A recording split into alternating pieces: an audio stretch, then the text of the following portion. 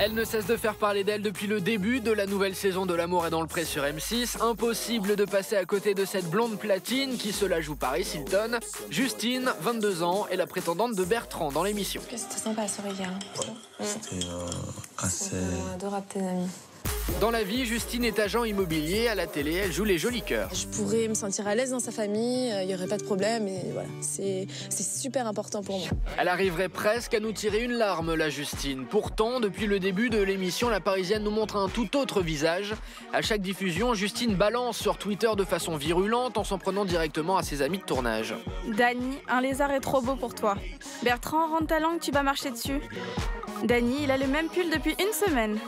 Quand Frédéric part dans des discours, on a juste envie de lui filer du foin pour qu'elle la ferme. Et parfois, Justine n'hésite pas à dépasser les bornes. J'ai appris hier que Dany avait des envies suicidaires. Je peux lui prêter ma corde à sauter s'il veut. Dans toute l'histoire de L'amour est dans le pré, jamais un candidat n'a été aussi insolent. En conséquence, la presse s'en amuse. Et pour se faire encore plus remarquer, Justine a décidé de poser nue pour un magazine.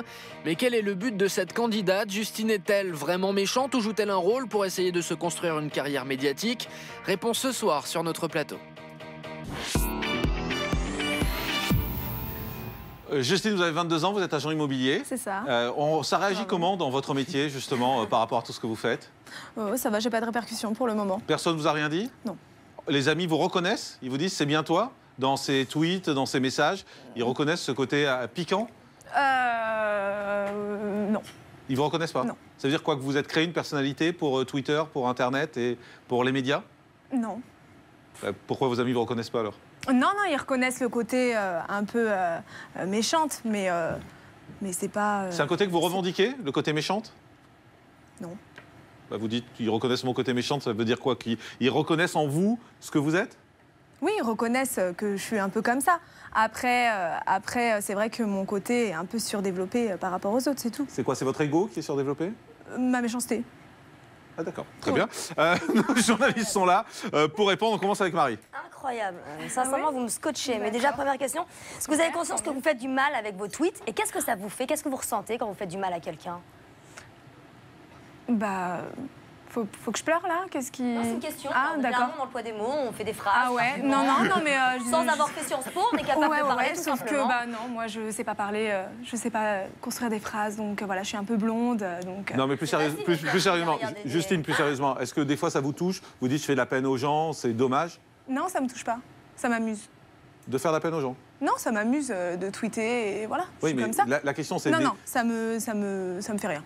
D'accord. Catherine?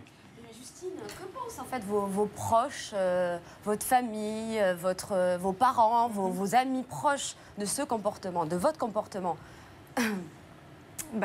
Ils pensent. Voilà, c'est tout. Après, moi, je suis comme ça, donc ils me connaissent comme ça. Ça les dérange pas. Hein. De toute façon, tout le monde ne regarde pas Morandini, tout le monde ne regarde pas L'amour est dans le pré. Je veux dire, mais dans la rue, il y a un monde, c'est un monde à part. Hein. Dans la rue, il n'y a pas des gens qui parfois vous agressent et vous non, disent tais-toi, tout ça, non? Pas du tout. Non, continue, mais pas tais-toi. Continue, d'accord. Alexandre Maras de Gala. Ouais, non, je pense que la stratégie de faire le buzz, dans un sens, elle fonctionne. Quand je regardais là aujourd'hui sur les sites internet, on résume le prime d'hier soir et on ne parle pas des candidats qui étaient présents, mais des tweets qu'a posté Justine. Alors ça dénote beaucoup d'ambition.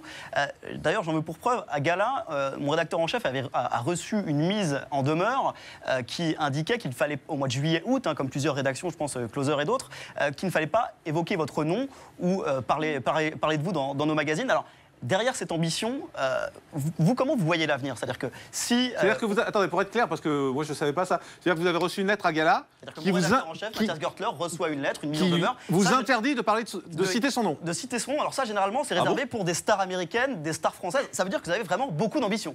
Ouais, voilà, c'est ça. Non, mais c'est quoi cette demande? C'est bizarre, en fait. C'est quoi cette demande? C'est le début de la gloire. C'est-à-dire que mon rédacteur en chef ne vous connaissait pas et déjà ne pouvait pas parler de vous. Donc c'est ça qui était assez improbable. Ouais. Non, mais c'est le début de la gloire, c'est tout. Hein. Je suis invitée sur le plateau, c'est que déjà j'ai une certaine notoriété. Et vous voulez en faire quoi de cette notoriété? Rien. Rien de spécial. Et le problème, c'est quand on vous écoute, moi je vous écoute gentiment parce que voilà, vous me faites plutôt rire, c'est plutôt drôle, mais juste on ne comprend pas ce à quoi vous voulez arriver. Parce que quand on vous pose des questions... Moi je me comprends, c'est déjà... Quand on vous pose des questions un peu construites, en fait, on a du mal à avoir une réponse. Non, mais en fait, moi, voilà, j'ai un métier, ça m'amuse de tweeter, point. C'est votre quart d'heure de célébrité, quoi, en clair. Oui, bah, je l'ai pas C'est voulu, ça hein, c'est les gens qui ont voulu parler de moi. Après, moi, ça m'amuse de tweeter, c'est tout. Catherine. Moi, j'ai un métier, j'ai pas que ça à faire. Ouais, moi je vais revenir en fait à nouveau sur Twitter. Vous avez comparé Thierry à Émile Louis. Ouais. Est-ce que vous regrettez là? Ah non, Parce que, pas mais du c'est quand même terrible de dire un truc comme ça, Terrible. d'écrire un truc comme ça, Justine. Terrible. Et Louis, c'est un assassin Mon Dieu, quand même. ça me touche tellement. Non, il lui ressemble physiquement. Après, voilà, hein, je dis juste ce que je pense, ce que les gens pensent devant leur poste en regardant La mort est dans le pré. Je suis pas sûr qu'ils pensent ça, mais Ah bon, bah, il y en en a tout cas, qui voilà. pensent, enfin moi en tout cas, j'y Louis. pense. Donc, Justine, voilà. en interview, vous avez déclaré je ne veux pas être jugé sur mon physique, c'est la prod qui m'a collé cette étiquette. Et pourtant, vous avez posé nu quelques jours plus tard dans l'entrevue.